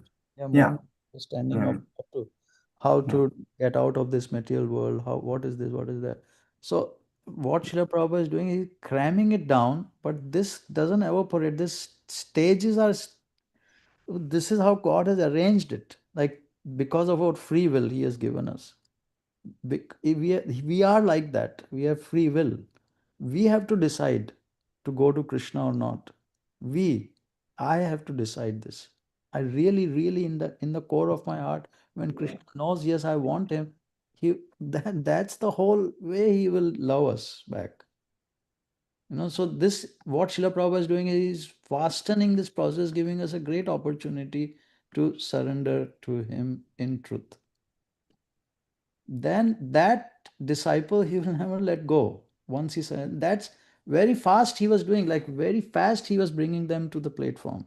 That is why when we keep going to this 135 and we look at Chaitanya Charitamrita 135, And that is what flummoxed me for years, that how is it that in the first verse of this, of Guru Tattva verses, immediately he starts going, in the first paragraph, he starts going into rasas and everything. And I couldn't figure that out. How is it in talking about just trying to, just first verse talking about initiating Guru, instructing Guru, how is he going there? That is why I feel that this is fast. Because of this, great service is done by pure devotee, serving pure devotees. Sorry, I kind of didn't catch that. Can you slowly and make it simpler? Sorry. So, like, for Chaturvidha Bhajante Mam, these are neophytes. We are not devotees, disciples, or at level, when we are, but we come at that level. So he is trying to expand the movement all over the world. He has the special power. Okay, because you are so much engrossed in four sins, if you want to get out of those four sins, want to give up those sins, be prepared to give up those four sins, I will, come in this association of devotees. I'll give you an opportunity. The Lord. Wait. So just clarify one thing before you go further. So when a disciple took initiation of Prabhupada, formal initiation ceremony, at that point, Prabhupada is saying, I'm your guru, I give you shelter, I will take you back to Godhead, or not? See, initially I used to think that he is promising. Yeah, But because later I on, hear that always. right, but then I started seeing Srila Prabhupada is saying even to a disciple, because he took initiation, but inside the heart he was not accepting me. But that's Why is what's he it not called? That's accepting? exception. That's an No, exception. but how do you know it's an exception? How many times have we read or seen that Prabhupada says, I didn't accept him as my disciple? I've never read it. The first time I heard from you. Because of the science I'm saying so. Yeah, of But course, there is you'll not give me that one so many example. disciples were not accepting him. That's why I'm saying because of his association and his devotees association, whom he were given good association, because of that association, disciples were surrendering to him. You see, they surrendered to him. Then he accepts. Okay, Srila Prabhupada says that we want Krishna. I may not want him Krishna, because Srila Prabhupada says I trust him fully. I trust him. That itself is also surrender. That itself is a uh, uh, free will. We are accepting one aspect of Krishna, saying this is the correct thing. I mean, many ways I don't know how many ways Srila Prabhupada tests one. Like this testing, spiritual master should be very anxious. The spiritual master must observe how inquisitive a disciple is. That part, that inside, I don't know how all they observe this, but Just just to get back to my question. Formal initiation in Prabhupada's time, when they took initiation, as far as Prabhupada's words, letters, and what you've read and seen from Prabhupada, is he saying that I take responsibility for you at that point? You are surrendered to me now. We have a marriage. We're married. well, that's why he keeps saying, no, there is the official initiation and then there is a real initiation. What is that real initiation? Okay, I'm not asking about real initiation. I'm talking about the ceremony. A ceremony In that time, is Prabhupada still, in what you've read and understood from Prabhupada, is he still saying, well, maybe, let's see, we're just checking each other out? Or no, that's it. You took initiation, I'm married to you, you're married to me. Please try not to mess up, but I'm taking responsibility to you. that my understanding is that formal is also just formal talk. It's not real. Can we read such a letter? I will post it today. I don't have, but last week also I said I'll post it. I forgot. Somebody just posted something, real initiation. Real initiation is following the rules and instructions Śrīla Bhaktisiddhānta to the heart. Formal is just sitting in front of the fire. Okay, that's okay, but we're still asking. Still, the question is what is real initiation or not is not the question here. The question is in formal fire yoga initiation when that is accepted. Does Srila Prabhupada calls that initiation so many times. He's called it the formal initiation. That's okay. I'm just saying, in that whatever you call it, does Prabhupada say, okay, I am now your bona fide spiritual master. I take responsibility for you, or not? You're just on probation. What did the relationship really start also? I wonder. Of course, yes. Because I mean, you can say that, but why does he say then real initiation? And all these scriptures are talking about real initiation. You know, this is the real devotional service. It can't suddenly evaporate in thin air, no? You know, like what he can do is can make it faster. He can give lot more opportunities than previous acharyas were giving. In 1,000 different ways he can do it. With his association, he can give them sukruti so that they become immediately ready. But finally, the soul has to surrender, no? Soul has to decide, I want to go to Krishna. Krishna himself doesn't force. How can a pure devotee force upon him? I don't understand. This point is all about the free will. No? Of course, free will. That's why he's choosing. I want to take initiation, formal initiation. That's also an expression of free will. Okay, it could be motivated and mixed with so many different things. That's one thing on the disciple side. I'm not asking about the disciple side. I'm specifically asking about Śrīla Prabhupada. At that time, does he say, okay, look, you understand now. I'm your man. I'm the spiritual master. Obviously, yes, obviously, actually, because he got so upset when stupid devotees, disciples went off to some other guru or allowed another guru to talk to them or what persuade. He got upset. Why? Because I'm your man, he's saying, right? So anyway, okay. The Prabhupada initiation is formality, just like you do school for knowledge, and admission is formality. That's not very important. I mean, that's what we have been reading. The real like the Bhagavata Vidhi initiation is this. You take shelter of a guru, bona fide guru. That's where the Bhagavata Vidhi starts. Everything else is formal, this way, that way. Then finally we have to, I mean, I just, what this Bhagavata Vidhi is ingrained in my heart and mind now with what Śrīla Prabhupada has told again and again, and I cannot accept that the formal alone can somehow make Śrīla Prabhupada now be responsible, even if the soul himself is not feeling that I want to. That's what we're asking, actually. Sorry, with all respect to you, but He did say, caring about what you think or what you feel. Never I want to know directly, did No. Prabhupada say, what did he say?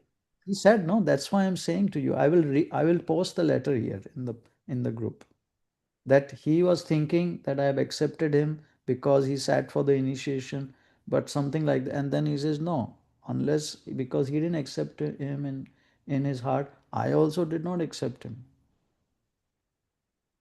So that's just like how Krishna says, this is free will. You know, so from that I started thinking about it, and then it made sense because the science is like that, and I understood that this is how it is. Okay, did Prabhupada say 1,000 other times in other places that he does take the position of responsibility on formal initiation? You give me one letter where he's saying, no, okay, I'm saying, and it's clear that's an exception because I've never read it or heard it. So now, are there places where Prabhupada says in formal initiation, I take responsibility? I am your spiritual master. Let us go it another way. Okay. Now, let's say Śrīla Prabhupada takes responsibility. Fine. Let us assume for the time being. Now, why are we assuming? Why don't we dig that up and find that as a fact? Yes or no? Let me just ask you a question. Now, yeah, go ahead. Prabhupada says, yes, I am taking responsibility because you sat on the formal initiation I am going to take your responsibility life after life. I will come and take you back to Godhead. Now, the disciple himself doesn't want to go to Krishna. He doesn't have that desire. He sat down because at that time he was feeling very happy or very sad in material world. Whatever the reason was, he was being happy in association and everything. He didn't want. And then he went and got another guru or Mayavadi guru, this, that. Now, even if he didn't do it, he just happily going in material life. He remembered, okay, this was something, some nice experience, but he has not come to the point of himself wanting Krishna. Now, how Krishna, how does one, a soul, me, you, can someone force us? Like, can someone make us love Krishna? Like, make us want Krishna, including Srila Prabhupada, including Krishna himself? What is free will then? What is free will? That as okay, now you're bringing it from that angle, which is completely strange for me and whatever, but fine. But why not from the proper, let's say, is okay, you're an idiot, you're a fool, you're a rascal, you're an ass. That's why you're still here in the Kali Yuga after all these billions of years in every Kali Yuga. Now I've come, sent by Chaitanya Mahaprabhu, I'm Vrindavan resident. I'm going to find, of course, with my transcendental potency, I'm going to find a way to trick your ass to come back to Godhead. Whether this way, whatever way I can find, I will manipulate or whatever to get you to do more and more devotional service, which is basically what we find as preachers, trying to be preachers, trying to do is somehow or other inspire, convince, push, lead, whatever you want to call it, someone to please just take up a little devotional service, chant Hare Krishna, come on Janmashtami, cook, clean, give a donation, all these things, take prasadam, just to get them involved somehow, that Prabhupada can say, okay. If this was so easy, if there was no personal motive, the free will involved, which is the core, the most important is the free will of the soul. Why is Srila Prabhupada's family members didn't become devotees? His wife, children. One child became something, not even to a disciple level. Why they were getting all his association and service and everything, no? Why? Free will, no, Prabhu? Finally, it boils down to the free will of the soul, no? However much we try so much with so many souls, and they just discard it, no? They don't take that. They decide, no, I don't want this. Some souls with little bit they get all agitated in their consciousness and positively, and because they've reached a certain level in their journey, no, of Brahmanda Brahmite. Yeah, I think like John Prabhu said, that everybody's at different stages of their lives, and one of the things we don't realize or see or understand, actually realize, is hello, there's past life and there was past life. So I don't feel anything from my past life connected to bhakti, but it's there, right? But still, the position. Let me say something right at that point, and then something else comes to mind. Like you just said, the journey of the jiva has been going on for millions of years, all these Kali Yugas and everything else. Now, all those lifetimes, my understanding have an impression. Like we learn from all the suffering. Every time we take a birth, I think we're a little bit closer, because we're learning from the sufferings. We're learning about the nature of the material world. We haven't come to spiritual life, right? None of that has happened yet. Let's say that, right? This is the very, very beginning stages. But because Krishna is sitting in the heart, and he knows the jiva so intimately, when he comes to the point from all those different lifetimes that Krishna sees he's ready to start, then he'll give him opportunity. Then he gives him, puts devotee in his path, gives him, the initial introduction and, helps him find, go on from there, find spiritual master or whatever else is going to happen from there. And depending on his level of commitment, maybe it takes lifetimes, maybe it takes just one lifetime, and maybe it takes another 1,000 years. Who knows what? It's about the individual jiva, right? Even though Prabhupada told us, you finish your business in this life, no more coming back. You finish your business, go back home to Godhead. He's encouraging us. We can do that. We can do that. He wanted that for us. That we don't have to go, because every time we come back, there's also danger, right? But because the Krishna sees, he's in every atom. He understands the nature of the jiva. When the jiva is ready to take that first step, right? Even a little bit of something that will help him turn his face towards Krishna, he'll give him, I think, some spark of opportunity. Even, that you haven't done any spirit, you don't even have any pious credits, but still that, that evolution in the journey is there.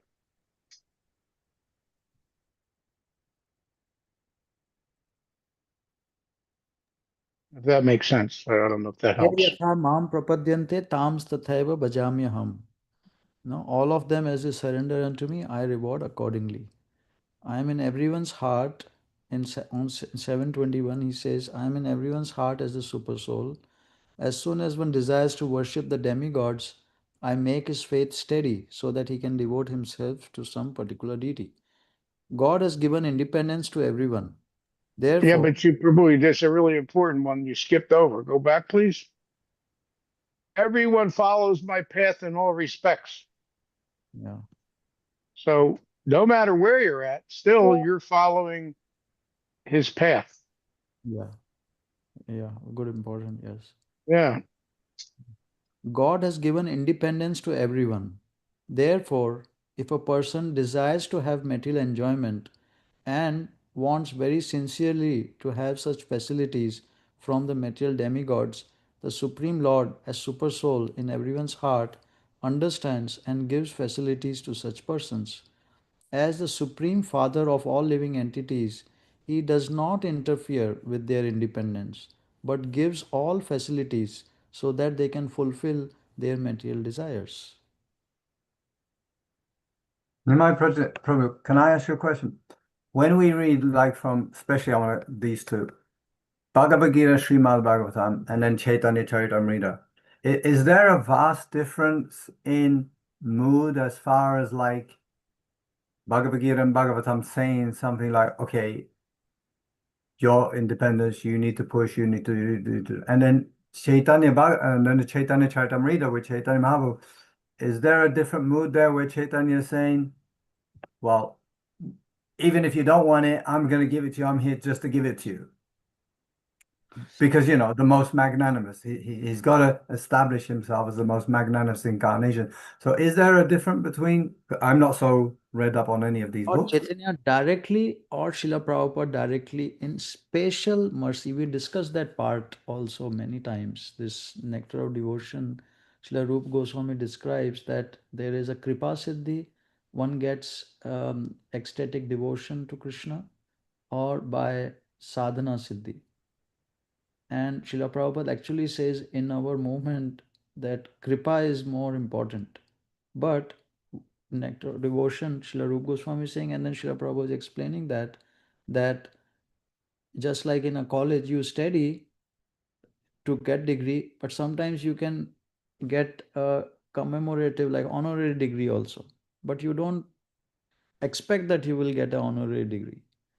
So it is like that. Like there were so many devotees, like so many people, Lord Chaitanya would see them and they become ecstatic. That means what he was doing was he was interfering with their independence. But that is a really special case.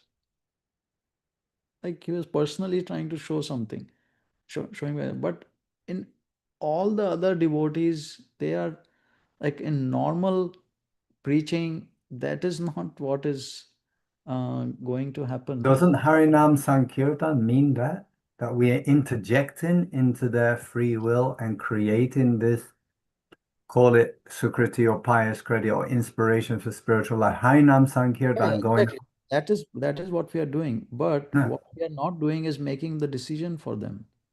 They can still, because so many people can be in this chanting everything, and then they decide, I don't want this right now. We're just planting the seed of bhakti, right? Just planting the seed. When it fructifies is another thing. There is a bank account called Sukruti account. Srila Prabhupada explains that in a lecture. I have not seen it in Bhagavatam or in Chaitanya Charitamrita. At least I have not seen. Devotees can tell me if there is, but in a lecture he is explaining this thing.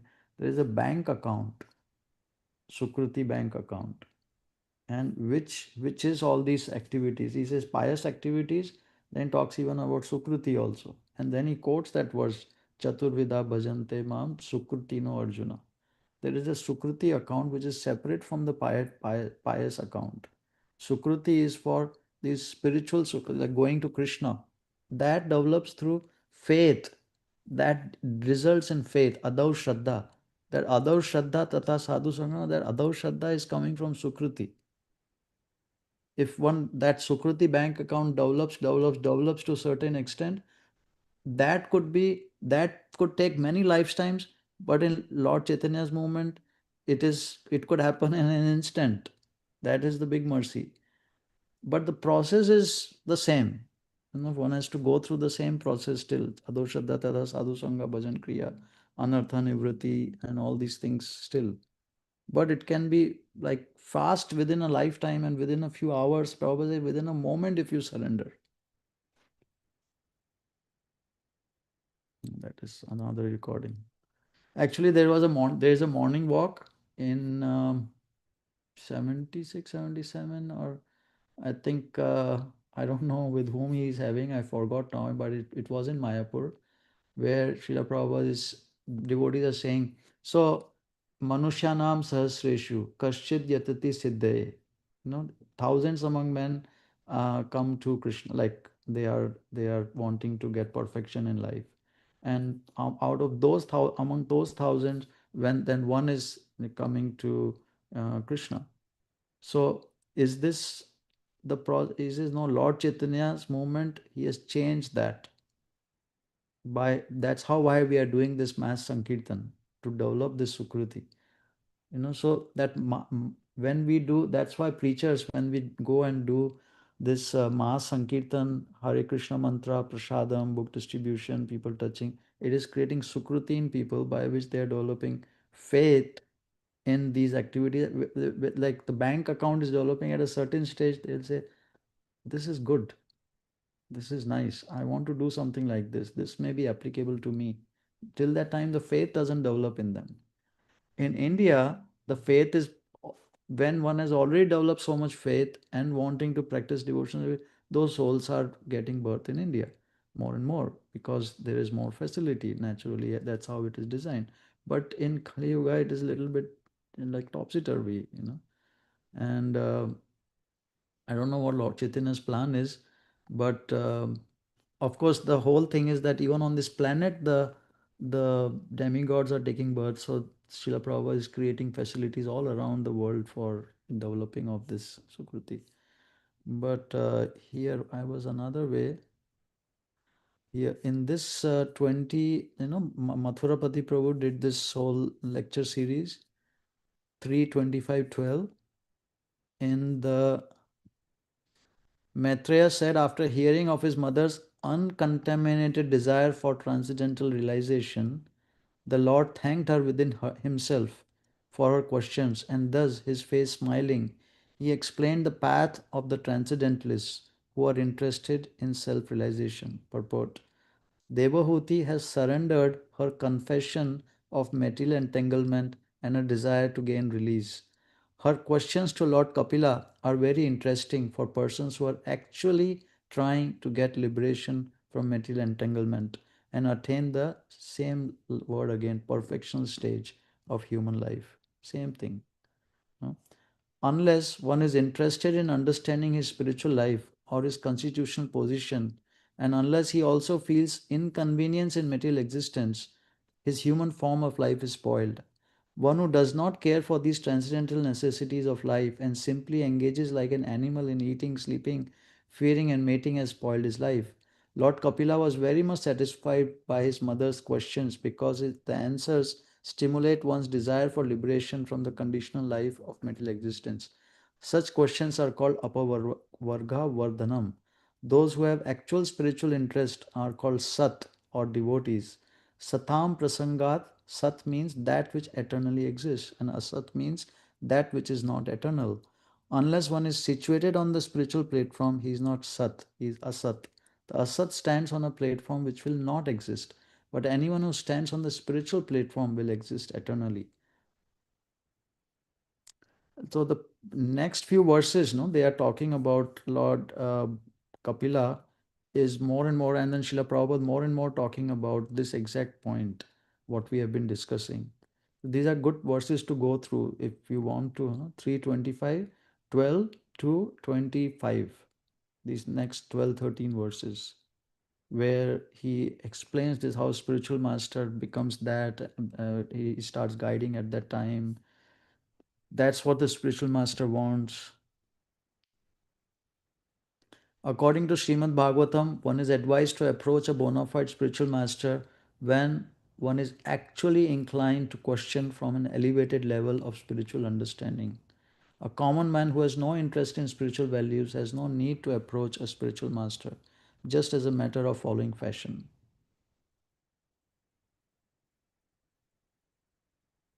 Then again, Lord Brahma himself is also saying,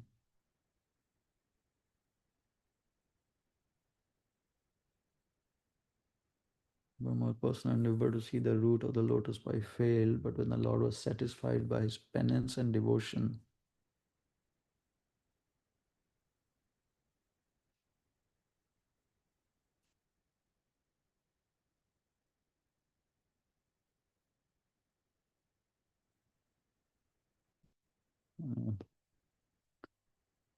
so I forgot, but we should have actually read those Lord Kapila's verses again. But that's where the answers are. Huh? Balaram Prabhu, if you like, you could read that and then explain it to us next week. If you find something different or something interesting there. Shall we finish here the mutual testing part? Anyone else has anything to say? Ranchor Prabhu? John Prabhu, you have something to say? No, I think it was a good discussion. Yeah, I'm okay. Siddha Sattva Prabhu, you have anything to add? No, bro. It was wonderful discussion. Passively hearing though. So Balram Prabhu is so important, huh? Because he gets all the juices going, huh? Yes. No, Prabhu, you are so important part of Srila Prabhupada's mission. Pure heart. You ask, come up with all these nice questions. So we go deeper and deeper, and our understanding becomes better and higher, better all the time. He is our churning rod Yeah, to I get the essence out. really value his association so much. If somehow you guys can see all this fight in the summer years, so you're really transcendental. See, this is not fight at all. This is discussion. This is what Christoph Prabhu was telling me last week about discussions. I mean, when we were talking about how when the sages met, they were like this. They argue, no. This is Yeah, I the mean, when the person is sincere, they have these questions. They really want the correct answers. I mean, there's a whole deep level of sincerity within all that, you know. yeah, he's very. But he's the ultimate devil's advocate for sure. I love talking to him. Without him, I feel like, oh my God, no, they'll be like just like everybody, the same thinking. I mean, because all his questions are coming from some different angle, which many times I have not thought of. So Yeah. it makes me so happy to start thinking, okay, from this angle, And so many times I am not able to, answer or have not thought of, and then I'm thinking over during the week, and then I research.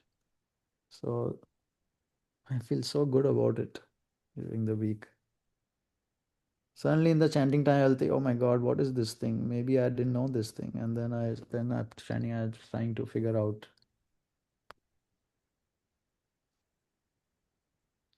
Okay, Prabhus, Hare Krishna. Hare Krishna, obeisances, spoils of Prabhupada, Shikati Vicha, Shri Vicha, Vaishnavi, Hare Krishna. Ananda Thank you so much, Bhagavatam dear devotees. Jai.